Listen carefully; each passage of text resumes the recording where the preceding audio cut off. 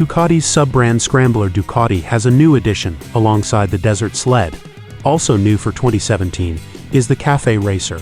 It's an interpretation of the legendary 60s bikes that triggered a motorcycle revolution, crossed with the 900 SS of the following decade, which gives the new machine its iconic style and black coffee paint scheme.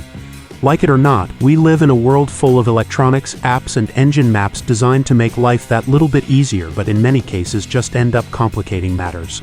Give a man two options or more and the essence of fast answer disappears. Many of these options have found their way into the motorcycling industry over the last 10 years, from pre-set and rider bespoke engine modes, 7-stage traction control systems, electronic suspension variables, through to the much simpler aids, those which we take for granted, such as a gear shift indicator, MPG display and fuel gauge. So when it comes to riding a bike that has none of the above, it's refreshing to get on, fire it up and just ride.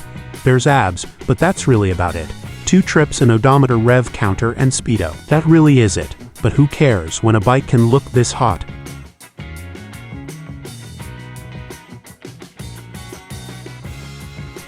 A hunk of modern engineering in the shape of the Euro 4 compliant twin-cylinder 803cc air and oil-cooled engine taken from the Scrambler icon, mixed with retro-look components, is a stylish combination, particularly with the black finish and matching cooling fins, and one that I am a fan of.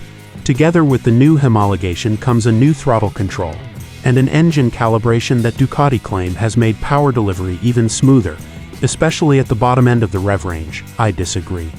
There's still a momentary lapse when you're climbing out of a tight second gear corner, for example, where you want the throttle to be a split second more reactive. It's not a big issue, but noticeable nonetheless.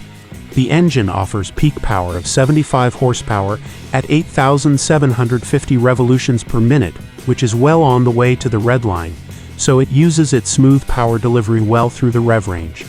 The gears are tall enough so you won't need to be changing all the time, even filtering through traffic. Second and third were all I required for a majority of the 140 miles covered during the international press riding launch here in Bologna and its surrounding hilly climbs and descents. Cruising down an A road or even motorway in 6th gear, 4,000 revolutions per minute will see you chilling at 65 miles per hour. That light clutch action has a late bite point, which is yet another reason why the Cafe Racer, and indeed all Scramblers, are ideal town and city bikes and would suit the newer or less experienced rider.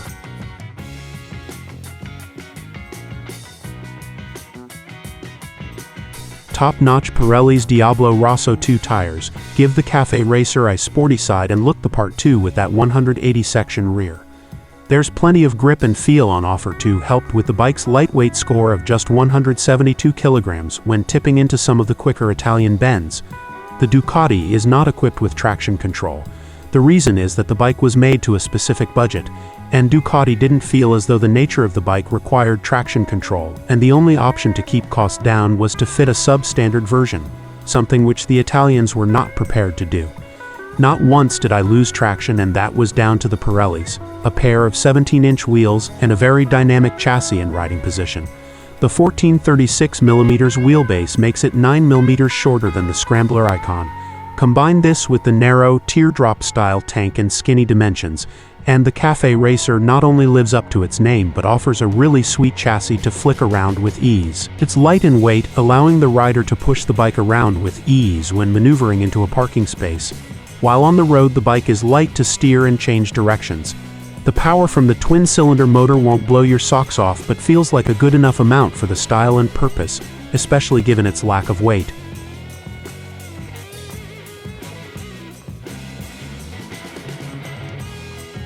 The low clip-on bars promote the traditional riding position, which isn't as obnoxious as one might expect from a bike with low bar-oriented genes.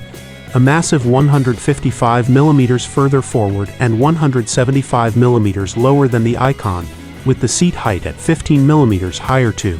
For a bike that has such small dimensions, there's still plenty of room on the narrow single-seat unit to move back and forth. A pillion seat cover comes as standard, and to be frank, you should keep it attached and ride solo. The foot pegs are well placed for limited leg stretching requirements, and give plenty of ground clearance too. The fairly stock suspension is comprised of a pair of non-adjustable upside-down front forks and monoshock at the rear, adjustable for preload. They're a little on the soft side, but only really noticeable if you're really pushing on. Certainly some of the Italian B roads, with their cracked nature, have the suspension and chassis geometry a decent workout. Neat design touches such as the typical Scrambler, or even typical Cafe Racer teardrop tank with interchangeable panels, and a new seat specially designed and equipped with a seat cover for the passenger.